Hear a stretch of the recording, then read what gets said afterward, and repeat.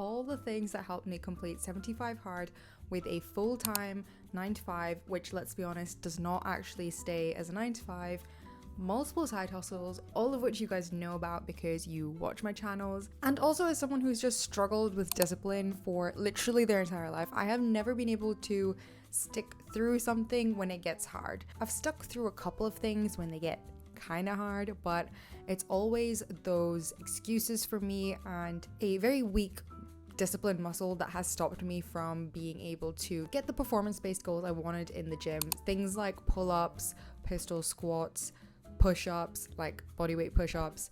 These things I haven't got yet, but I'm so much closer now that I've finished 75 Hard.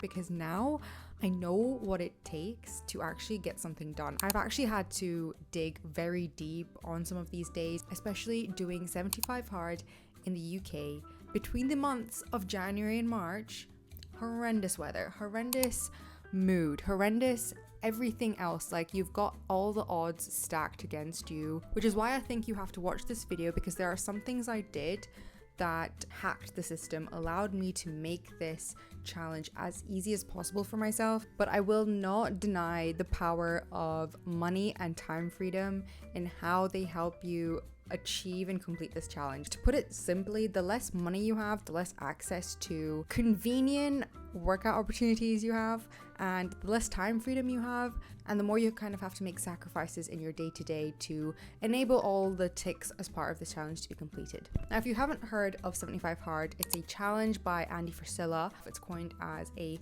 mental fitness challenge, not as a physical fitness challenge. Obviously, there are physical elements to this, there are big physical elements to this challenge, but the physical elements are there to build the mental resilience and the discipline that you get as a result of doing this challenge. Now, there are 5 rules that you have to complete daily, and if you don't complete these rules, you essentially have to start again. So for me, this was a challenge. Basically, I made it a challenge to try and do the things I've never been able to do. Stick to a calorie deficit long term.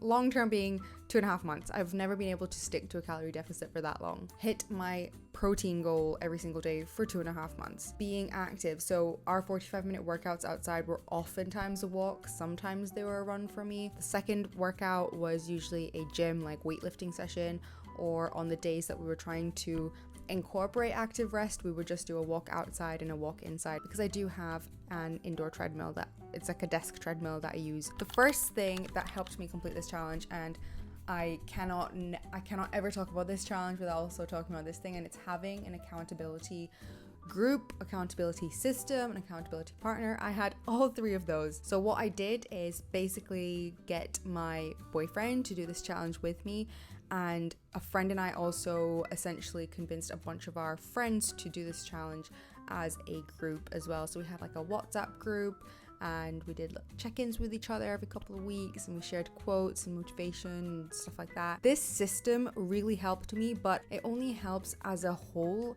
if everyone is actually committed to whatever it is you're trying to do for us 75 Hard. Because if you don't all have a strong reason for wanting to do this, and you don't actually step into it wholeheartedly, and you don't take it seriously, you're not going to take it seriously when you stop either. And for that reason, I don't think I could have done this with friends when I was a couple of years younger, because we all probably wouldn't have taken it seriously. Now, you are 80% more likely to hit your goals if you have an accountability system. So accountability isn't a new thing. It hopefully isn't a new thing that you're hearing right now, but actually implementing it into your life, setting up a system for it, that's how it helped me complete this incredibly hard challenge. The second thing I did was invest money into an online coach, and I think this is a major reason for a lot of people being able to be disciplined. I think finances is a huge privilege, and it's something I really leveraged to achieve this goal of mine of building discipline. I used to discount it. I used to really cut corners, pinch pennies when it came to my gym membership, getting the cheaper option that was double the distance away, not ever investing into a personal coach or personal training, because I always thought it was overrated. I always thought I could do it better myself and save myself the oftentimes between £100 to £300 a month on top of a gym membership. But this year I took it seriously. I picked someone that I would be embarrassed to let down and that I was genuinely inspired by, and I made them my personal fitness coach. Now, if there's something I've learned from having more money, it's the fact that I can use it to actually make my life better and achieve my goals. So we've covered accountability and actually using your money to achieve the things you want to achieve, right? Because you're allowed to spend money doing things you want to do. If you want to complete 75 hard, spending money to help you do so is a no-brainer, because the mental challenge, the mental benefits you get from building that self-trust and that discipline is going to pay off for the rest of the year. You don't have to stick to the whole thing for the rest of the year. The other thing I did that was so game-changing for 75 hard especially is habit stacking. And habit stacking in the sense of actually stacking the rules themselves. So you could, for example, read during 45 minutes of walking on a treadmill at slow speed or cycling on a stationary cycle. You could down your first half a liter of water before you take your progress picture for the day. But habit stacking is the key to not only getting more of the rules done in less time, but I think in a more general sense of being productive while also doing more difficult tasks. I find it super easy. And also with 75 hard and the structure of 75 hard and doing it around a 9 to 5, I found it really useful to habit stack the worst task or like the thing you really didn't want to do with something that you kind of like doing. So for example, if I had to do my 45-minute walk outside and it was raining and it was miserable and I really didn't want to do it, I would treat myself to an episode of a true crime podcast, which I tried to limit because it's very like low energy vibes for me. But habit stacking was such a good use of time while doing such an intense challenge around a 9 to 5 or anything else that you might have going on. Another thing I did was really try to make it easy for myself. 75 hard is already hard. It's in the name, okay? It's a difficult challenge. I'm not going to make this more difficult for myself by not enjoying the process and making the daily tasks more miserable than they might already be on like day 68 when you really want to give up but you're just too close. So I did things like choosing a diet that was actually going to be a lifestyle diet for me. So the diet I chose was a slight calorie deficit and high protein diet because I wanted this to be a challenge where I stick to eating high protein meals for 75 days. By the way, this actually worked and I have been consistently eating high protein since I finished the challenge 9 months ago. I also, for the 45 minutes of workouts, when they were a workout in the gym, I made it a workout that I would enjoy and I would do for the rest of my life. Like I didn't force myself to suddenly start an exercise or a workout or a type of working out that I don't enjoy for the sake of the challenge because I'm doing this challenge. Because why would I make it harder for myself? I made the days easy and enjoyable as much as I could. And part of making it easy is also another thing I did, which is tell everyone and their dog that I was doing this challenge. Like I did not keep it a secret. I actually really wanted to post about it on social media more while I was doing it, but the actual task of making it look cute was not possible. I was a very unaesthetic 75 harder last year. But this, honestly, stating your goals to other people makes it impossible to fail because not only are you anchoring the accountability aspect externally now and outside of you, but you're also giving people around you a chance to accommodate this challenge that you're doing. And it is only 75 days. What I did was tell people that I was doing it. I also told people why I was doing it and like why it was really important for me to finish it, just so that when people were like, oh, why are you doing such an intense challenge? Or like, okay, we could go for a walk and a coffee instead of drinks. They actually understood my why. They weren't questioning why I was doing such a big challenge. They weren't like challenging me back. I didn't have to like stand my ground or anything like that. Like I thought these conversations would be more difficult to have with people to accommodate and make space for the fact that I really wanted to complete this challenge. But it was super good and super easy by virtue of just being vulnerable and telling people why I wanted to complete it. It also, as a bonus, was kind of nice because you were influencing people with better habits and better routines that they could do. And it felt nice to kind of like infect people with that good energy. Rewarding yourself. I think rewarding yourself and celebrating the tiny milestones is something I am very new to and was very new to when I was doing this challenge. I know that the psychology of rewarding good behavior is how you reinforce good behavior and good habits and build good habits in general, right? But I am, as a person, really harsh on myself. I am the world's worst critic of me. And therefore, I find it really hard to celebrate milestones. I find it really hard to identify the milestones to celebrate, and then I find it hard to find celebrations that feel worthy. So something I would recommend doing is doing what I did, which is celebrating every week of the challenge. And you could do this in so many different ways, but what I liked to do was treat myself to a little coffee out, or treat myself to a little, like a different dessert, or a slightly different meal, or like a bougier cheese at the supermarket, just little things that you could use as tiny rewards every single week.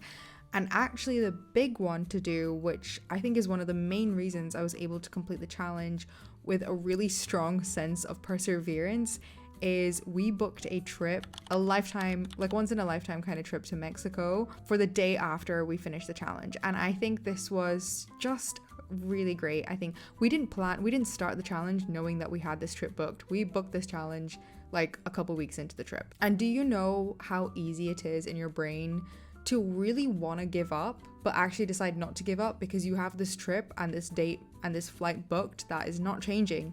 And you are not going to go on this flight having failed this challenge. Like, that is what I told myself. I am not failing the challenge just immediately wasn't an option anymore with this trip booked.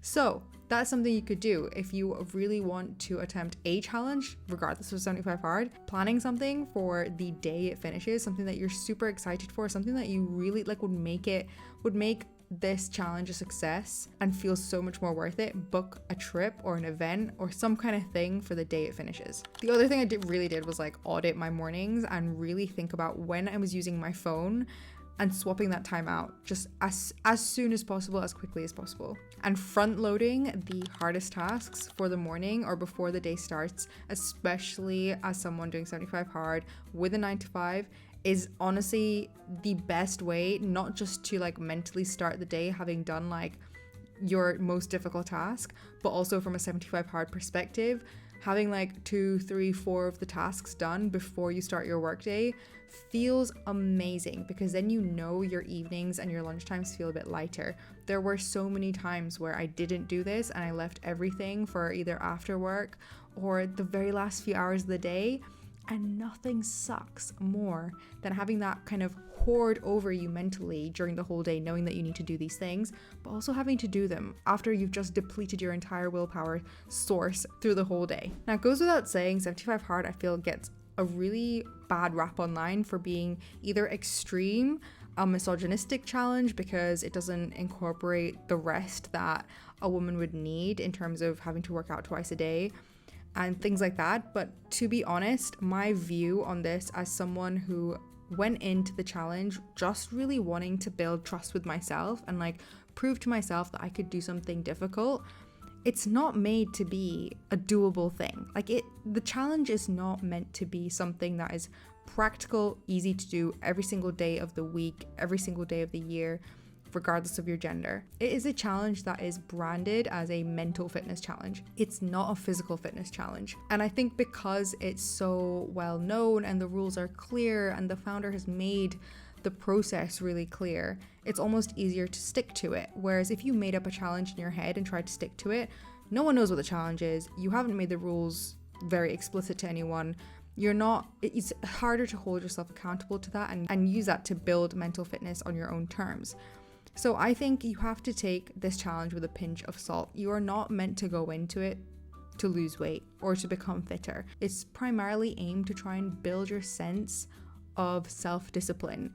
And if you've always struggled with that, like me, I think it's a great challenge to do, but you don't have to overwork yourself. Our second workouts, the second 45-minute rule for working out was normally a walk. It is not a challenge that's meant to be really hard on your body. It's meant to just challenge your own excuses and make you really aware of how you negotiate with your non-negotiables sometimes. Now, obviously, since the challenge is finished, I have not stuck to working out twice a day or drinking 4 liters of water a day, but I read a lot more. I eat so much more protein. I have a really good relationship with like moving my body. I am quite active, but these are all things that I wanted to like keep in my life going into the challenge. Like, I knew that some of these rules, it form the basis of like pillars that I want for the rest of my life. Like, I want to be super active for the rest of my life. I want to be super hydrated. I want to read every day. These are all things that I want to incorporate at like a less extreme level for the rest of my life. So I knew that, and it was easier for me to kind of phase out of 75 hard. So obviously if you've struggled with like restrictive mindsets or over exercising or being really, really harsh on yourself, you might want to build yourself up to a challenge like this. But I found it super, super useful for me, and it genuinely did change my life, because a couple of weeks into doing 75 hard, I started to feel a sense of self-trust and discipline, and it led to me handing in my notice to my corporate job. So it changed the trajectory of my life through a very unintentional, unpredicted way. Have you ever done 75 hard? Please let me know in the comments. I love this challenge, but I know that people also love to hate it. Thank you for watching this video, and I will catch you next week.